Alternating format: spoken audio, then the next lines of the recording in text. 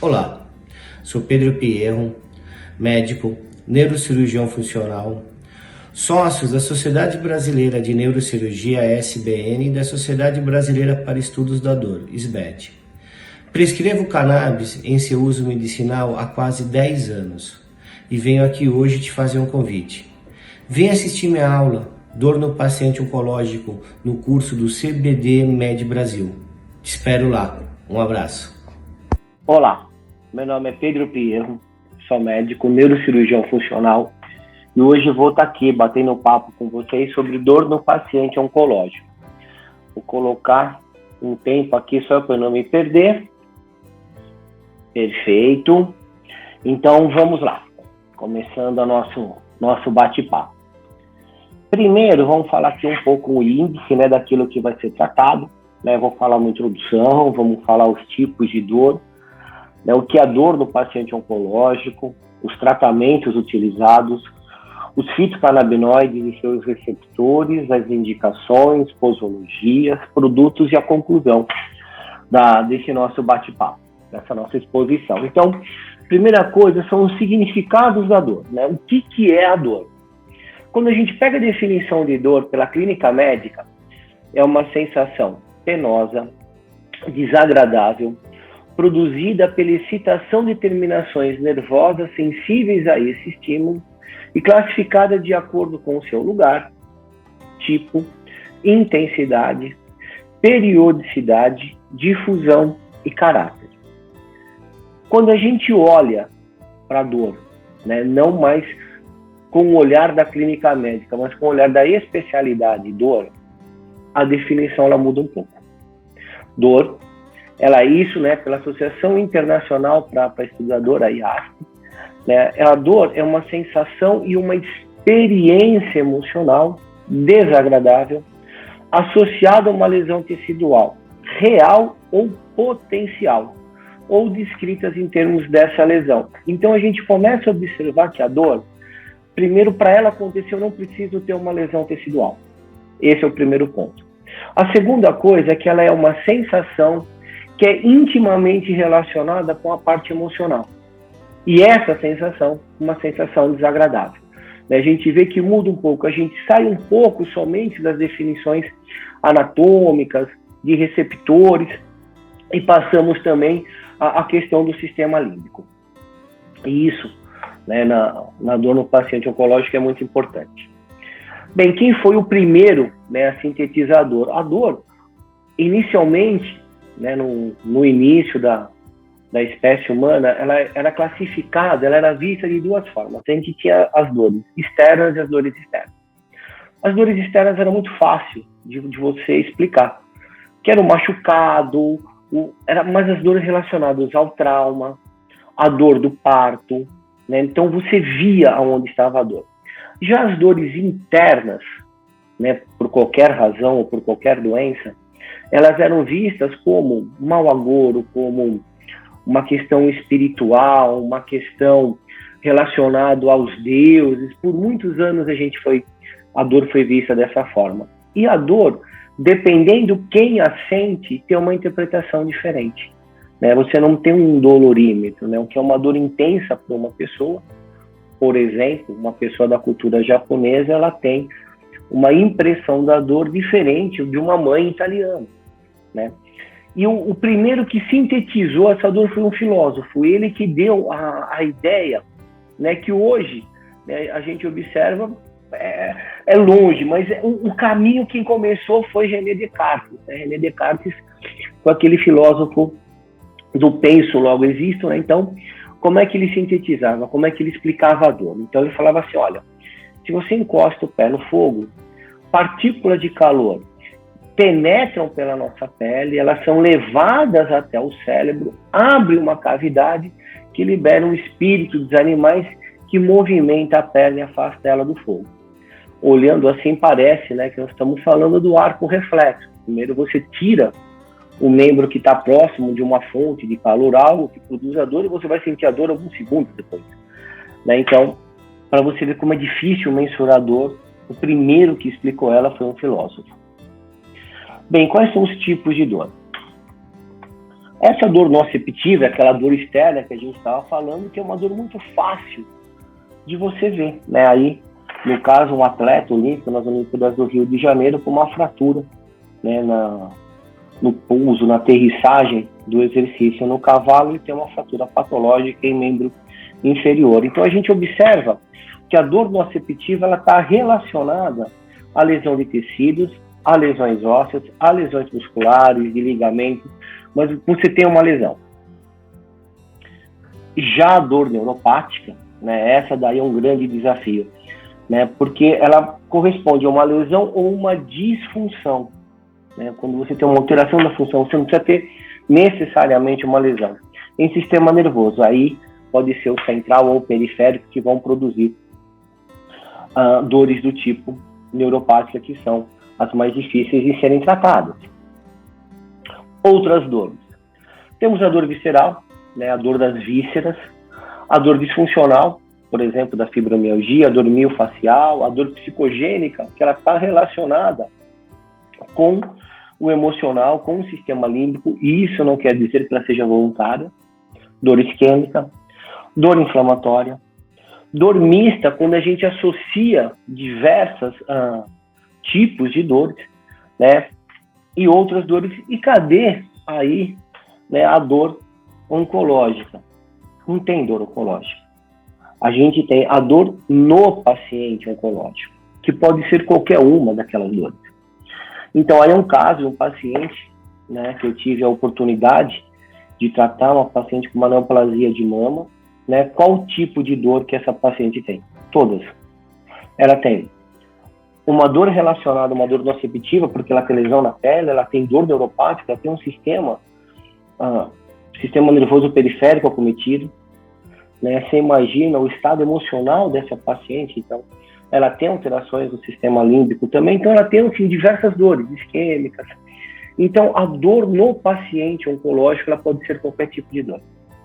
Então, acomete de 60% a 80% dos pacientes com doenças oncológicas.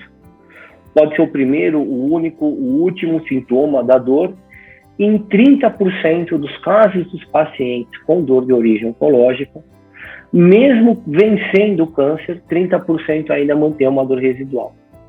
E essa dor pode ser pela doença, pode ser pelo tratamento, né? A gente tem as dores neuropáticas actínicas, né, que são produzidas por lesões dos nervos devido à radioterapia. Então, câncer de pulmão, a gente observa muito plexo braquial sendo acometido com uma dor actínica, né? Câncer de colo de útero, quando faz a braquiterapia, aquela radioterapia intraútero pode provocar uma colite actínica, dor visceral, provocada pela radioterapia. A gente tem quimioterápicos como os derivados da vinca, que são neurotóxicos, né? Temos vários outros exemplos disso. Então, a dor no paciente oncológico, ela pode acontecer pela doença, ela pode acontecer pelo tratamento, ou pode ser por nenhuma dessas coisas, mas que as medicações que o paciente usa deixam ele numa situação diferente. Não dá para se tratar, por exemplo, um paciente que tem uma hérnia de disco e uma doença oncológica da mesma forma que um paciente que só tenha a hérnia de disco. Muitas vezes o tratamento oncológico impede que a gente use, por exemplo, anti-inflamatórios não hormonais, porque aumenta o risco de a gente ter tromboses ou outros eventos isquêmicos. Bem, como eu já falei, né, então a gente tem aí as 3 formas, né? Isso é só para a gente organizar um pouco o pensamento, né, de como funciona a dor no paciente oncológico, relacionado ao câncer, relacionado ao tratamento ou a nenhum dos dois. Bem, né, e como a gente trata, né, como é que é o tratamento da dor do paciente oncológico? Primeiro nós temos os tratamentos não medicamentosos, que são fundamentais, né? Então, fisioterapia ou fisiatria, a acupuntura, a psicologia é muito importante, né? Por que a psicologia é muito importante? Quando o paciente ele recebe o diagnóstico de uma doença neoplásica, a maioria dos pacientes não enxerga isso, não recebe isso a primeiro momento como um diagnóstico. Recebe essa informação como uma sentença. né? E é muito importante a adesão do tratamento, a aceitação da doença. Então, a psicologia é uma forma que nos auxilia em todas as fases do tratamento.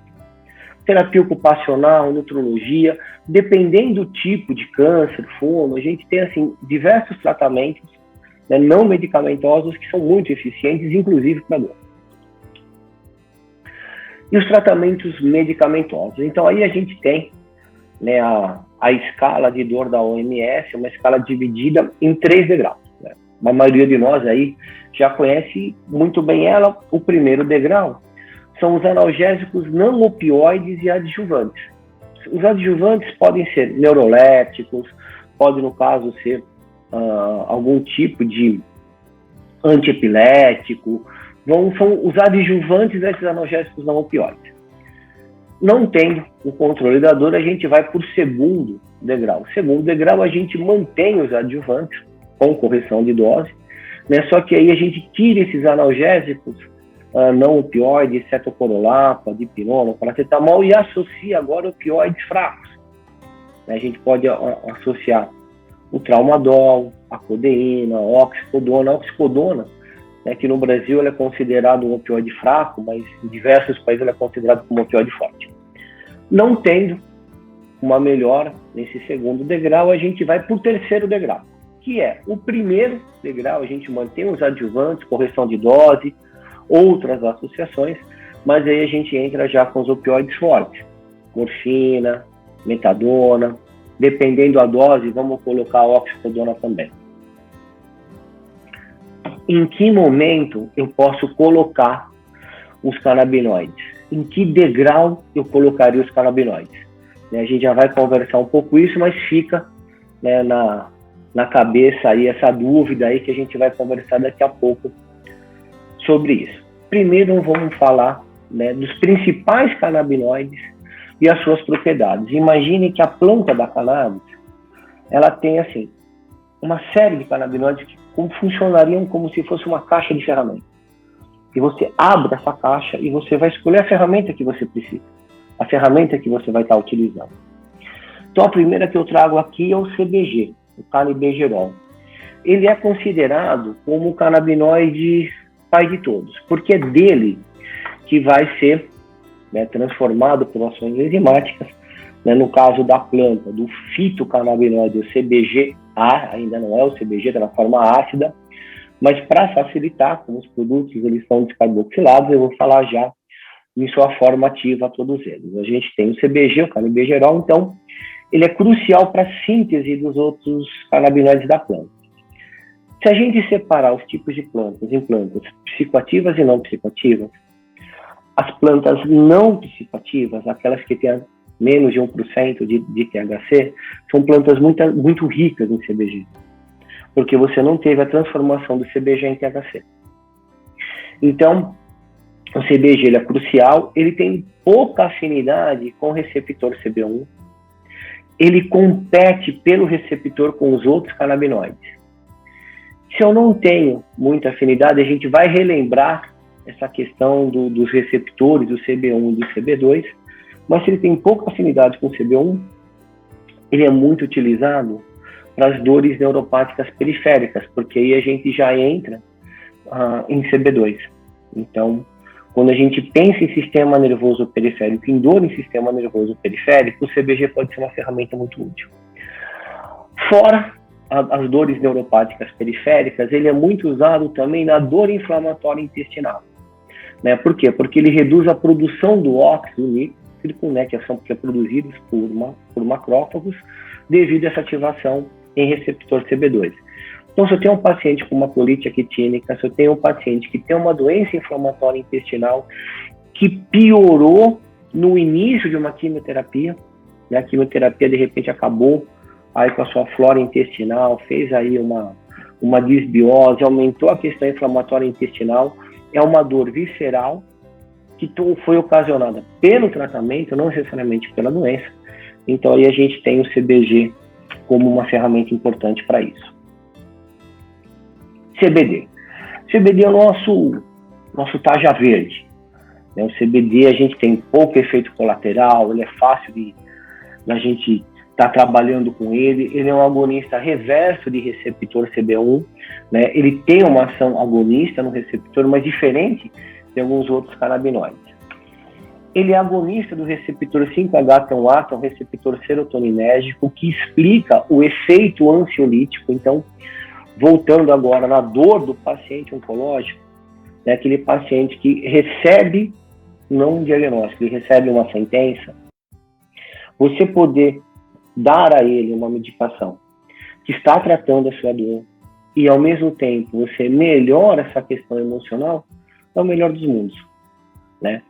O CBD, inclusive, ele é usado por atletas, ele, que a gente chama de VADA ou ADA zero, ele foi muito utilizado nas Olimpíadas de Tóquio, né? As Olimpíadas de Tóquio, agora elas foram chamadas de Tóquio Hemp por conta disso, né? E um curioso é que se achava, né, que o CBD, o maior benefício dele em relação aos atletas seria relacionado à recuperação entre as provas. Isso ocorreu. Mas o que nós observamos dos atletas, não só no Brasil, o que eles falaram dos maiores benefícios é que foi uma Olimpíada completamente atípica por conta da pandemia. Ninguém sabia se ela realmente ia acontecer ou não. São pessoas que se dedicaram a vida inteira para a prática, para essa competição. Então, chegaram, quando tiveram as Olimpíadas, todo mundo trancafiado dentro dos seus alojamentos, não tinha interação nenhuma. Estádios vazios, porque você não podia ter ali, né, nem sua mãe te assistindo. Imagine o grau de ansiedade desses atletas. Para onde que foi? Foi o maior benefício que eles encontraram, foi o controle de ansiedade. O que o atleta tem a ver com a doença oncológica? Nada, mas a ansiedade sim. Então, o CBD, além de nos auxiliar, né, no efeito da dor, né, então, os canabinoides, os endocannabinoides, eles são produzidos através da degradação do ácido araquidônico. Então, o ácido araquidônico, se ele recebe a ação da COX e da LOX, ele vai virar os eicosanoides, prostaglandinas, prostaciclinas, leucotrienos e tromboxanos. E se ele recebe ação enzimática de outras enzimas, né, a NAT, ele vai se transformar num endocannabinoide. O CBD, ele ajuda a você não ter a formação de eicosanoide, né? Ele diminui a expressão da COX. É um dos mecanismos anti-inflamatórios do CBD, por isso que o CBD isolado ele também ajuda na dor. O CBC, né, o CBC ele também tem pouca ligação com receptor CB1, ele tem uma ligação maior com receptores vaniloides, isso também ajuda na dor nociceptiva, né, mas ele aumenta a liberação de anandamida, ele tem ação anti-inflamatória e analgésica, né, e também ele atua nas doenças intestinais e nas doenças relacionadas à pele. Tem uma frase de Aristóteles que ele fala o seguinte: a soma das partes não é isso. A frase é assim: o todo é maior do que a soma das suas partes. Isso para mim explica muito o efeito entoragem. O efeito entoragem é o efeito que acontece quando a gente usa todos os componentes da planta, em detrimento a você usar canabinoides isolados ou em dupla, por exemplo, somente CBD e THC, ou somente CBD e CBG. Tem momentos que a gente prefere usar todos, para você ter esse efeito entoragem, e tem momentos que não.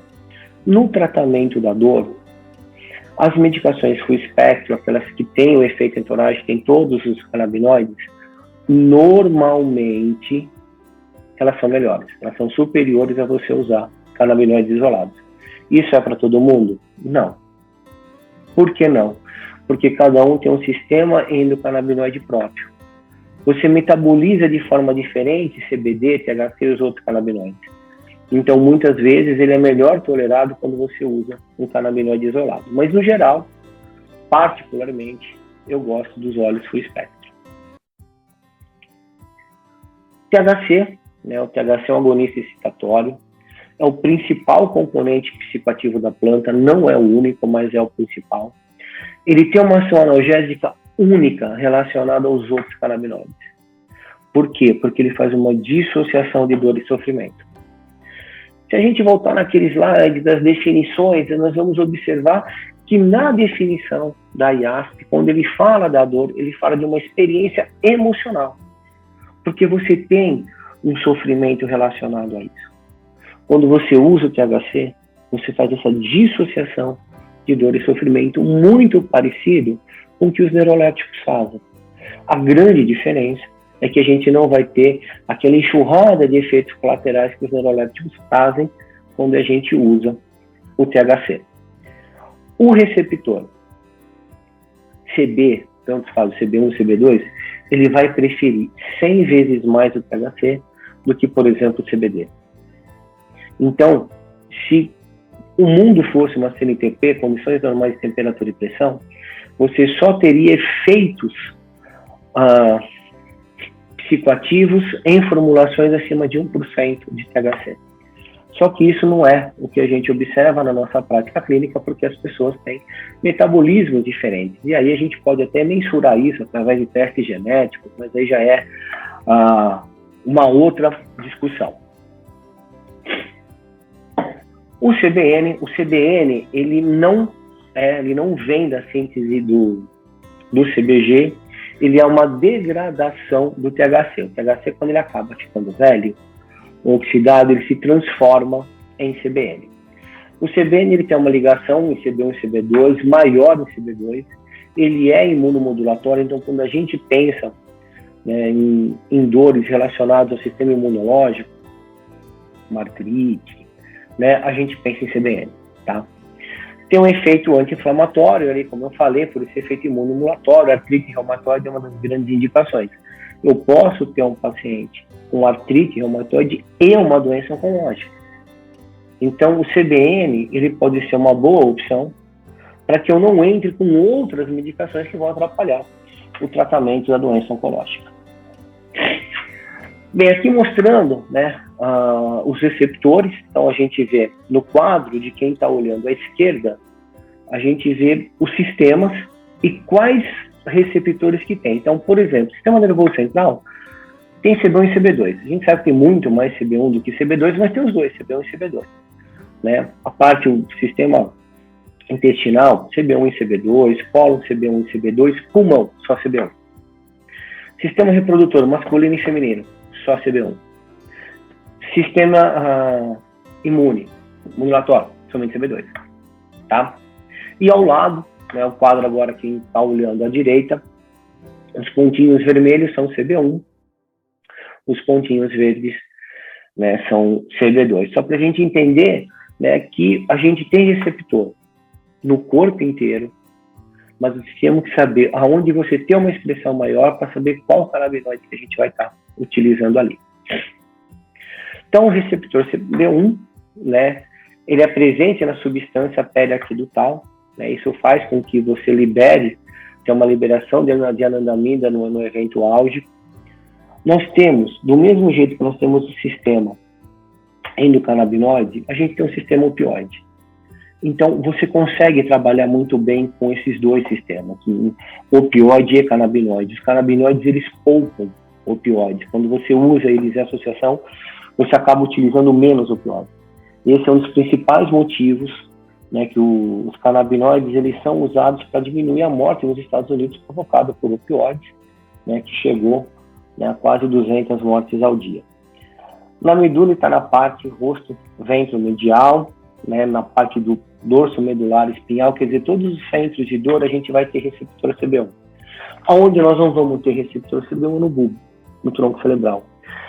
A segurança do uso dos canabinoides é anatômica. O que você tem no bulbo? Você tem muito receptor opioide, por isso o risco de depressão respiratória, que a gente não encontra quando a gente usa os canabinoides. Já o CB2, né, na maioria, no sistema nervoso periférico, na periferia, no sistema imunológico, né, o efeito anti-inflamatório e da neuropatia periférica, que a gente já conversou sobre isso. E aonde que estão indicados o uso dos canabinoides? Para qualquer tipo de dor. Inclusive a dor neuropática, a gente tem menos efeitos colaterais comparado às outras medicações, né, e pode ser usado com qualquer outra medicação. precisamos ter alguns cuidados. Por exemplo, quando você usa canabinoides como antiepilético, estou tratando uma dor neuropática e eu estou usando antiepilético. A gente tem que ter uma atenção aí com as enzimas hepáticas TGO e TGP, principalmente quando associado com o ácido valproico, né? Porque todo medicamento metabolizado pelo citocromo P450 você tem uma interação. Tá? Interações medicamentosas com benzodiazepínicos importantes, porque aumenta o risco de queda, principalmente os benzos de longa duração, como o alprazolam. E quanto aos opioides, a gente vê que existe um mecanismo de poupar opioide, então a gente acaba usando uma dose menor, que isso vai evitar alguns efeitos adversos dos opioides, tá? Bem, a indicação no paciente oncológico, primeiro porque eu trato o transtorno da afetividade. Além de eu tratar a dor, então, assim, estou tratando a dor do paciente, eu estou tratando também o transtorno afetivo. Aquele sentimento de sentença que a gente estava conversando, as alterações de humor, né, a questão de estar aflito, de estar descrente, aquela sensação, porque logo comigo, a gente consegue dissociar a depressão e a ansiedade. Fora isso, com o mesmo tratamento para dor, além de eu tratar o transtorno de afetividade, eu também posso tratar os efeitos adversos do tratamento, como náuseas, vômitos, perda de apetite. Então, vocês veem a importância da gente estar utilizando essa medicação, porque com um só remédio, eu estou atingindo 3 grandes problemas do paciente oncológico: dor, a parte límbica e os efeitos adversos do tratamento.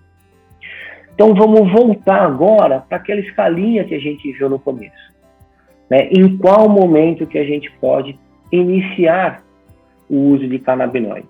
Eu já tinha falado para vocês que a gente pode usar isso em qualquer degrau, mas, né, o melhor é a gente estar usando ele desde o início, né? Não que a gente vai ser exclusivamente os canabinoides, não. Entendeu? Eu posso estar desde o início usando adjuvante, usando analgésicos não opioides e canabinoides.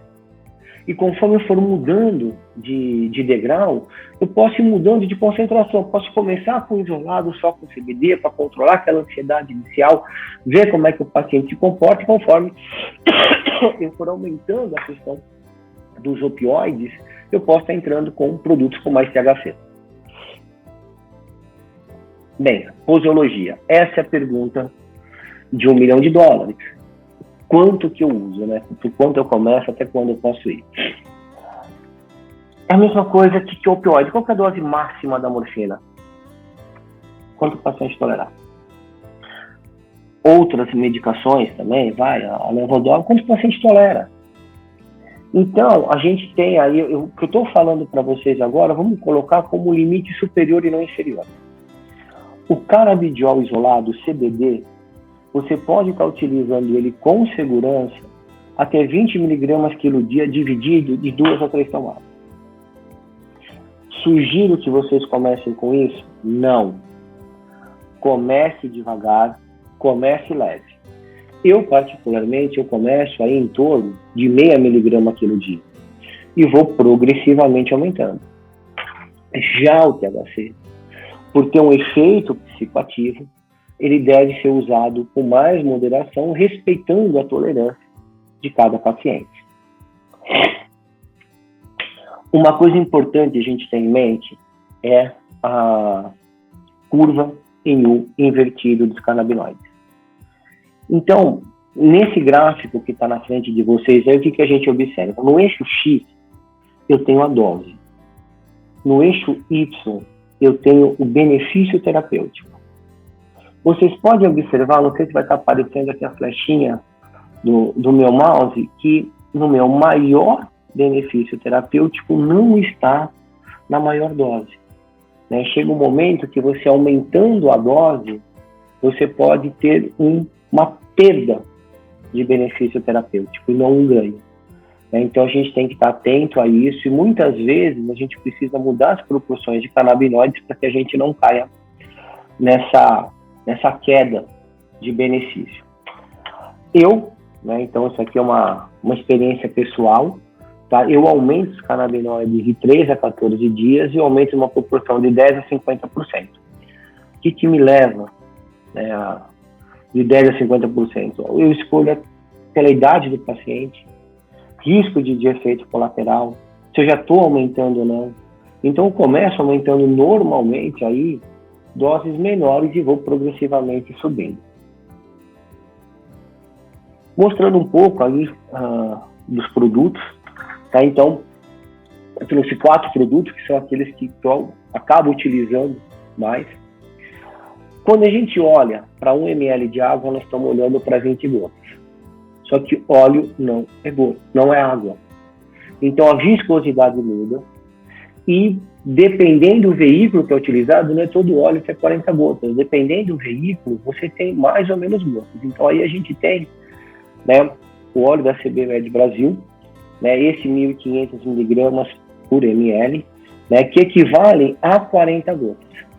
Né, esse daí é o isolado, né, esse é o que eu prefiro. Eu acho fácil de calcular aí, porque cada gota é mais ou menos aí 1,25 miligramas, então fica fácil de usar, tá? A gente pode usar esse mesmo produto, agora ele vai ter o dobro da sua concentração, 100 miligramas por ml, né? Esse daí é uma progressão. Eu começo com 1.500, né? Se eu estou vendo que o paciente está usando aí, um exemplo, 1 ml a cada 12 horas. Então, um frasco aí vai dar mais ou menos para um mês. Então, eu vou usar uma concentração maior para que o paciente tenha menos trabalho de fazer a parte burocrática. Tá? Então, esse daqui é o de 100 miligramas por ml. E nós temos os óleos full spectrum, aqueles que têm, né, já o THC. Esses são os que eu prefiro usar, tá?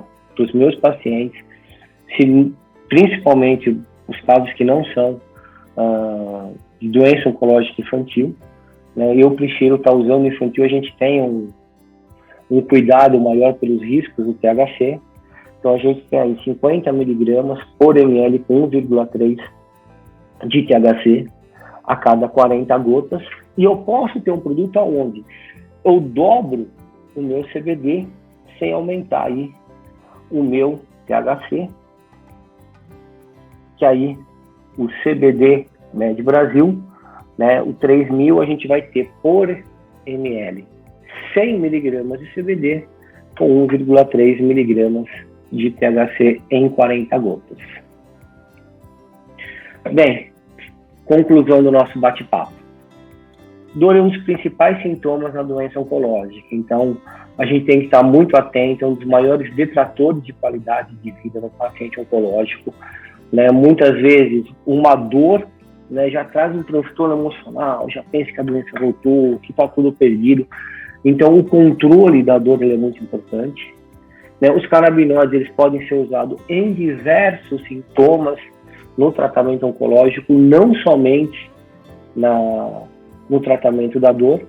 No tratamento, já falamos, dos efeitos colaterais dos tratamentos e também das alterações emocionais provocadas pela doença, né? E nesse contexto, a possibilidade de um tratamento menos agressivo não pode ser ignorado, né? Eu espero que todos tenham compreendido bem. Eu vou estar à disposição depois para estar respondendo perguntas relacionadas a esse tema, né? Gostaria aqui de agradecer imensamente a CBD Med Brasil pelo convite, pela oportunidade de estar aqui conversando com vocês sobre um assunto que eu tenho, não vou dizer que eu tenho um prazer, ninguém tem um prazer em tratar de um sofrimento, mas de um assunto que eu gosto muito, né, que eu me dedico boa parte aí das minhas horas de estudo para esse tratamento.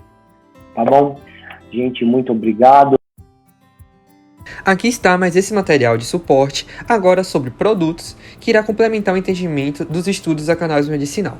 Me chamo Tairone Moura, sou farmacêutico da CBD Med Brasil e é um grande prazer compartilhar esse conhecimento com vocês. Importante informar para aqueles que não conhecem nosso produto que a maior parte das apresentações são em óleos e encontradas em frascos de até 30 ml. Dentre os mais de 120 canabinoides encontrados na cannabis, os mais estudados são o CBD e o THC. Entretanto, com o avanço das tecnologias de isolamento, novos fitocannabinoides estão sendo explorados, dentre eles o CBG, que vem despontando pelos seus efeitos no tratamento do glaucoma, reduzir a inflamação, estimular o apetite e inibir o crescimento de tumores, além de encorajar o crescimento ósseo. Os fitocannabinoides são fármacos, sendo assim passíveis de interações medicamentosas. Dessa maneira, vale ressaltar a interação de canabinoides com anticoagulantes, benzodiazepínicos e também com valproato de sódio. Quando utilizados em conjunto, essa interação pode provocar um aumento da concentração destes fármacos, sendo recomendado administrações em horários distintos a fim de diminuir possíveis efeitos adversos. Os produtos de cannabis trazem em sua embalagem algumas informações importantes, dentre eles o tipo de produto, se é full spectrum, ou seja, utiliza toda a planta, broad, que contempla todos os canabinoides, menos o THC, ou se é isolado, se apenas um canabinoide está naquela formulação. A concentração principal do canabinoide no frasco, a exemplo da representação de 1.500 mg, informa a quantidade total do produto em 30 ml. Os produtos vêm acompanhados de uma pipeta conta-gotas. Cabe relembrar que cada ml do produto de cannabis temos 40 gotas, e fica a par do prescritor escolher a melhor maneira de dosagem, seja por gotas, ml ou mesmo miligramas.